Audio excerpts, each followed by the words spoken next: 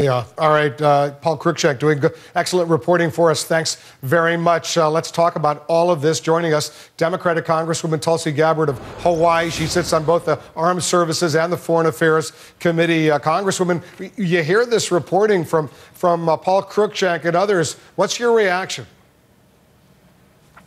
I think this is really just a sign of how deep the problem is, not only in Belgium, but also across Europe, across many of these EU member countries.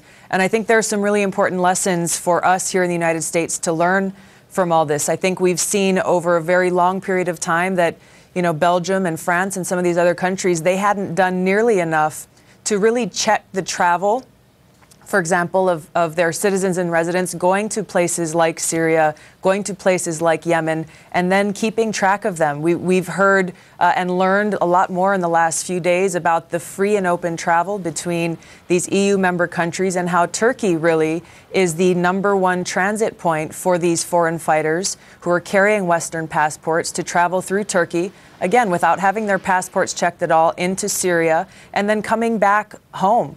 And starting these sleeper cells, plotting these attacks. And this is really an important lesson for us here in the United States to learn, and making sure that we don't allow the same thing to happen here as we're seeing happening across Belgium and different parts of Europe right now. And you also speak with some personal perspective. You served in the U.S. military in Iraq. As you know, Congresswoman, authorities now say maybe 120, 180 terrorists could be ready to strike in these sleeper cells in Europe. Do you believe that same threat already exists here in the United States? Well, I think we know and we have heard that there have been foreign fighters who are U.S. citizens and U.S. passport holders who have gone and traveled freely into places like Syria or Iraq and come back home. They still are U.S. citizens. They still carry their passports. And I'm sure that there are others that we don't know about. And this is where it's so important for us as we look at this threat to make sure that we focus our resources on those who are posing a threat to the American people.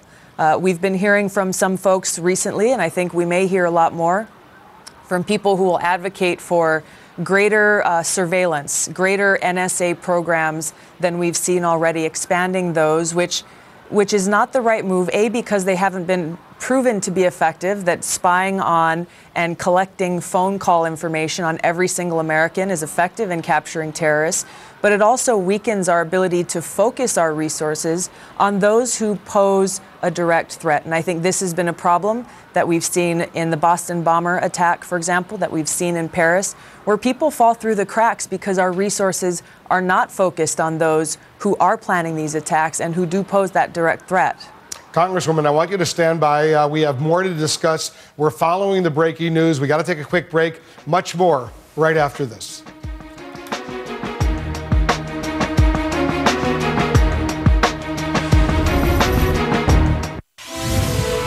We're following the breaking news. A source now telling CNN parts of that Belgium terror cell, that sleeper cell, remain at large right now. We're back with Democratic Congresswoman Tulsi Gabbard of Hawaii. Congresswoman, this Belgium plot, it involved all sorts of characters, apparently, and it's still out there, as you just heard. Should all U.S. law enforcement be on a higher state of alert right now?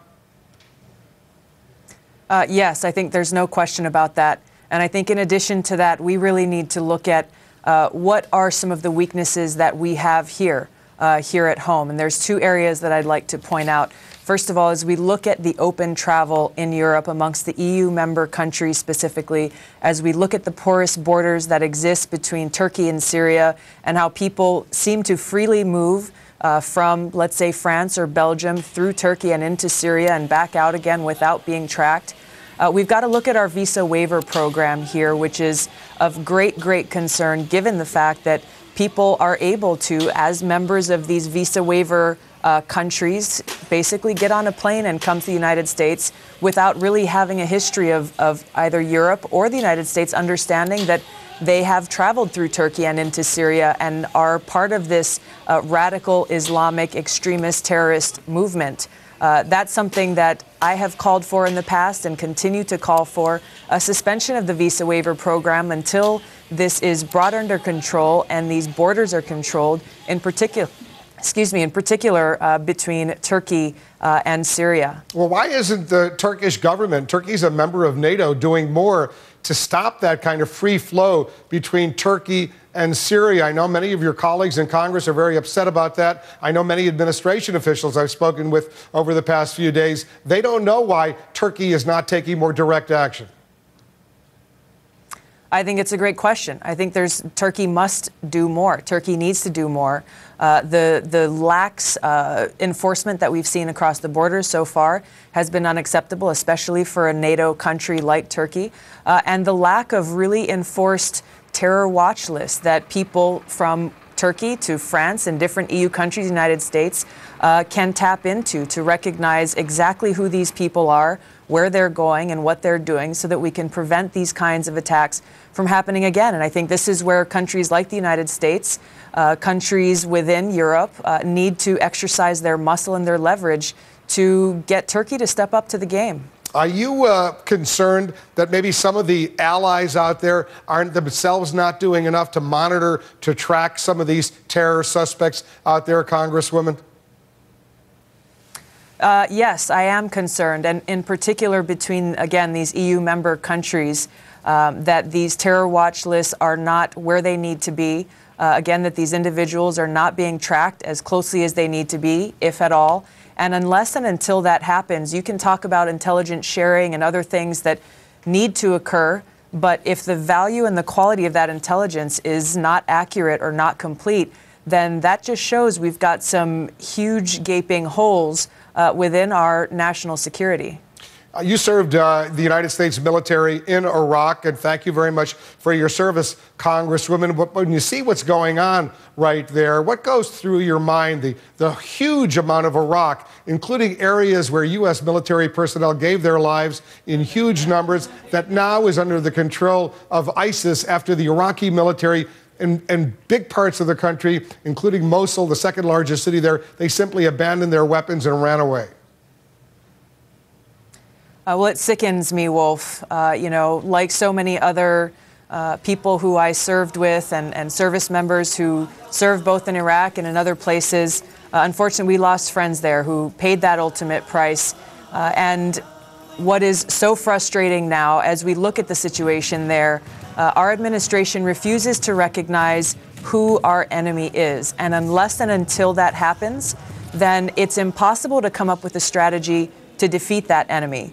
We have to recognize that this is about radical Islam. This is as much a military war as it is an ideological war. And we've got to understand what that ideology is and challenge it, understand it, so that we can defeat it and protect our citizens, protect the American people.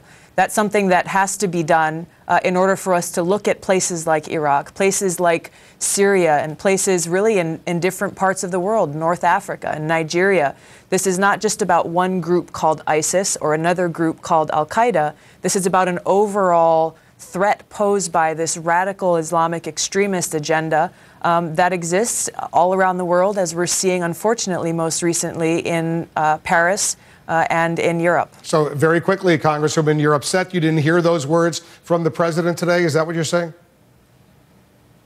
Well, I'm upset that the president and the White House, whether it's today or yesterday or tomorrow, is not actually saying this is a war that the Islamic extremists are posing against the United States and against the West, and we recognize who our enemy is and come up with a strategy to defeat that enemy. It's going to be slightly different in different places. It'll be different in Iraq and different in Nigeria. But unless and until you recognize who our enemy is and understand them, then we won't be effective in defeating that threat. And we're going to continue to see the kinds of tragic incidences that we've seen most recently in Paris.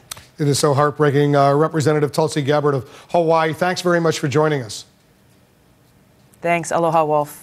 Aloha. Coming up, inside a terror sleeper cell, new details of the threat they pose.